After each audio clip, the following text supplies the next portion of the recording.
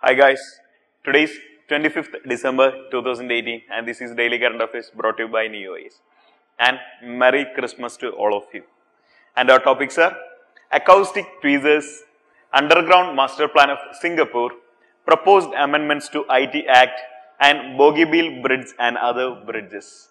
Also our usual sessions, Mapped program as well as PQRS. And our very first topic is the Acoustic Tweezers. The scientists have successfully used sound waves to manipulate multiple objects simultaneously. So, sound waves have been used to manipulate the multiple objects simultaneously. Thus, this system can be used to stitch up internal injuries by using the sound waves. So, this system called acoustic tweezers can be used to stitch up internal injuries by using the sound waves. And the principle behind is that sound exerts a small acoustic force. The sound exerts a small acoustic force. By turning up the volume of these particular ultrasonic waves, we can create a sound field.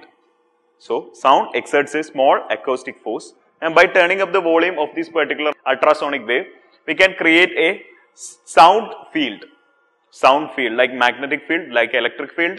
By turning up this sound, we can create a sound field which is enough to move the small objects and we can stitch the internal injuries. Okay. We are using laser technology nowadays we are using laser technology to do this kind of treatment of internal injuries. We can also use acoustic tweezers, that is tweezers by means of the sound waves. And the principle is that sound have a small acoustic force. By increasing this acoustic force, we can create a sound field. By using this sound field, we can move or up various objects. And by varying these objects, we can treat the internal injuries. And what are the advantages of these acoustic tweezers? Acoustic tweezers have more advantage than the optical tweezers or laser kind of things. Because the lasers only can move through transparent media. The lasers can only move through the transparent media. So, it becomes very difficult to use the lasers in the biological tissue. It is very difficult. It is very difficult to use these in the biological tissue. On the other hand, the acoustic tweezers can be moved in any kind of material. Thus, it easily penetrates the biological tissue. So, lasers only move through the transparent media. Thus, it is very tricky or difficult to use in the biological tissue. But sound can move in any media. Thus, it can penetrate the biological tissue very easily. And also, the acoustic devices are 1 lakh times power efficient than the laser devices. Acoustic devices are 1 lakh times power efficient than the laser devices. And the laser devices or optical components are very bulky in size. But the acoustic tweezers can be integrated into small chips. The laser or optical components are bulky in size, whereas the acoustic tweezers can be integrated into a chip of small size. Thus, it is another advantage, or it is very convenient to use. Even it is less expensive when compared to the lasers. So, our news is about the acoustic tweezers, and the scientists have successfully developed the sound waves to manipulate small objects simultaneously. And by using this technology, acoustic tweezers, we can stitch up the internal injuries. And the principle behind is that the acoustic force or small acoustic force, when turning up this force, it makes a sound field. By using this sound field, we can move small objects and do operations or stitching of the internal organs. And one of the advantages is that it is small in size when compared with the laser, and it is less expensive when compared with laser.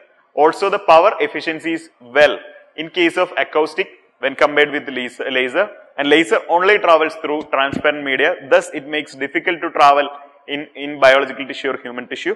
But in the case of acoustic, it is easy to it can travel through any medium.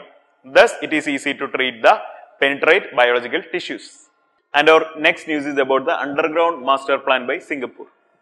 And Singapore city prepares to unveil an underground master plan. Singapore city prepares to unveil an underground master plan, and it will came into force from 2019. So, they are planning to build massive underground structures from 2019. Because we know that the location of Singapore, it is a very small nation. It is a very small nation. So, the space congestion is a very big problem.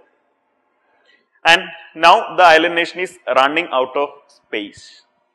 Thus, they are focusing on the underground facilities. So, they can use the underground facility for transport, storage and industrial purposes.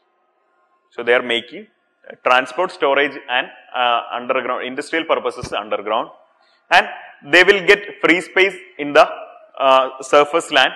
There they will build housing, offices and other community purposes. Okay. So, underground master plan of Singapore. Singapore is running out of space and they will planning to build these massive structures underground, including the transport facilities, storage as well as the industrial facilities from 2019, and they will free up the space for housing, offices and community purposes. Our next news is about the proposed amendments of IT Act. We know that the IT Act came into force in the year 2000 and an amendment was there about IT Act which was in the year 2008. And the IT Act is in the residuary powers or the residuary matters, and it is not in any of the list. We know that there are three lists. One is the state list, central list as well as the concurrent list. And IT Act is not in any of these particular list because it was introduced in the 1.5 decades back. Thus the IT Act is in a residuary thing. And according to the Indian Constitution, residuary powers are vested with center.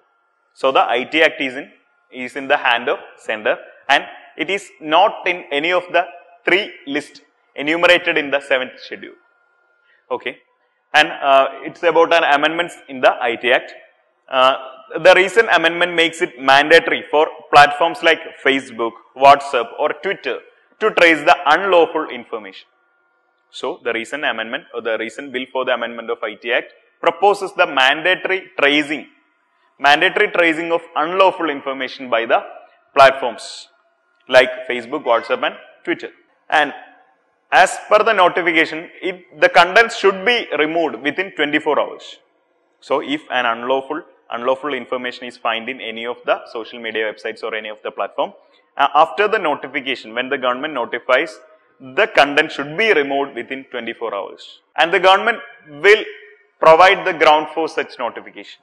Or when the interest of the sovereignty and integrity of India, security of the state, friendly relation with other states and public order, even decency, morality. Government will give notification to the social media or the social media platforms if this unlawful information affects the interest of sovereignty and integrity of the country, security of the nation, friendly relation with states, decency, morality, etc. So, we have made certain conditions. If the unlawful information affects any of these particular matters, the government will make notification to the platform in order to take actions to trace the content as well as remove the content within 24 hours. And other provisions are, government will sort any kind of information from this platform. They have to provide it within the 72 hours or within 3 days. And also the cyber security threats. Cyber security threats should be reported to the Indian Computer Emergency Response Team, that is ICERT. Indian Computer Emergency Response Team, that is ICERT. All the cyber security threats should be reported to the Indian Computer Emergency Response Team. So, these are some of the amendments in the proposed amendments in the IT Act, and the detailed explanation is given in the PDF. You can read it from the PDF. And the amendments are, it makes the WhatsApp, Facebook and Twitter and other platforms to report and trace the unlawful information. Also, government will make some notification regarding the unlawful information. They need to delete this information within 24 hours. And government will only introduce notification if it affects the interest of sovereignty, integrity, security of nation as well as the friendly relation with foreign state, public order, decency, morality, etc. And another amendment is that any information should be provided within 72 hours when sought, and all the cyber crimes should be reported to the ICERT, that is Indian Computer Emergency Response Team. And our next news is about the Bogibeel Bridge and other major bridges in India. And we know that Bogibeel Bridge will be open to the public. It is a railroad bridge across the Brahmaputra river and it connects the Dhemaji as well as Dibrugarh in Assam. Dhemaji as well as Dibrugarh in Assam, and it is the longest railroad bridge in India and the length is almost 4.94 km. So recently the Bogibeel bridge will be opened for the public. It is the longest railroad bridge in India and the distance or length is 4.94 km. And it is across the Brahmaputra river connecting the Dhemaji and Dibrugarh, both are in Assam. And when we are coming to the other major bridges, first one is the Dola Sadia bridge or Bhuban Hazarika Setu. Dola Sadia bridge or Bhuban Hazarika Setu, and the length of this Bhuban Hazarika Setu is 9.7 km.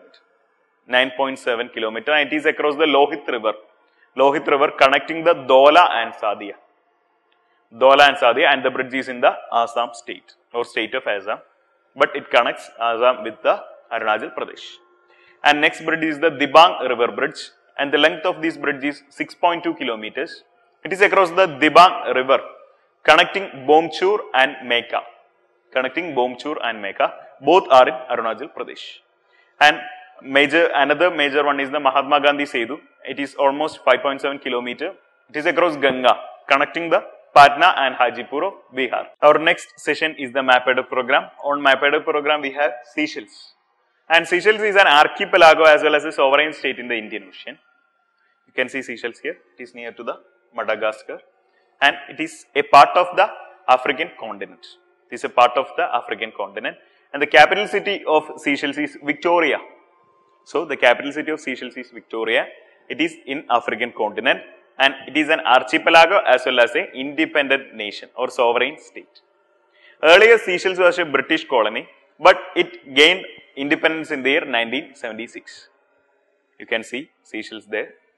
Seychelles, it is near to Madagascar and it is in the African continent. It is a sovereign state, gained independent from the Britain in the year 1976. Seychelles is one of the world's leading country in protecting the biodiversity, because they have allocated the 42% of their territory for the conservation. So Seychelles have allocated the 42% territory to the conservation of various threatened species. So that's about Seychelles. Seychelles is an independent nation, sovereign state in the Indian Ocean. And we also have some strategic relationship with Seychelles. Even we are developing a naval base in the Seychelles. And our final session is the PQRS, that is previous question revision series. We have a question from 2014 prelims with reference to the neem tree. Consider the following statements. Neem oil can be used as a pesticide to control the proliferation of some of species of insects and mites. Second one, neem seeds can be used in the manufacture of biofuel as well as hospital detergents. Neem oil has applications in pharmaceutical industry. So, three options. One is the pesticide, another is manufacture of biofuel as well as hospital detergents, and the third is pharmaceutical industry. Option A, 1 and 2 only. Option B, 3 only. Option C, 1 and 3 only. Option D, 1, 2 and 3. You know that it is used in the pharmaceutical industry. Neem tree, neem oil is used in the pharmaceutical industry. It is a very basic fact. Thus we can eliminate the options A, 1 and 2. We are left with three options, 3, 1 and 3 only, and 1 and 2 only. And when coming to the second option, neem seeds are used in manufacture of biofuels and also the hospital detergents. It is also right. We are using neem seeds for the manufacturing of the biofuels. So thus option statement 2 is also right. We are left with only one option, that is D, 1, 2 and 3 only. So also it is also a fact that neem oil is a pesticide. So all of these statements are right. So the answer is option D, 1, 2 and 3 only. That's all for today. Thank you so much for watching. Please like, comment, share and subscribe, and happy Christmas to all. Good night.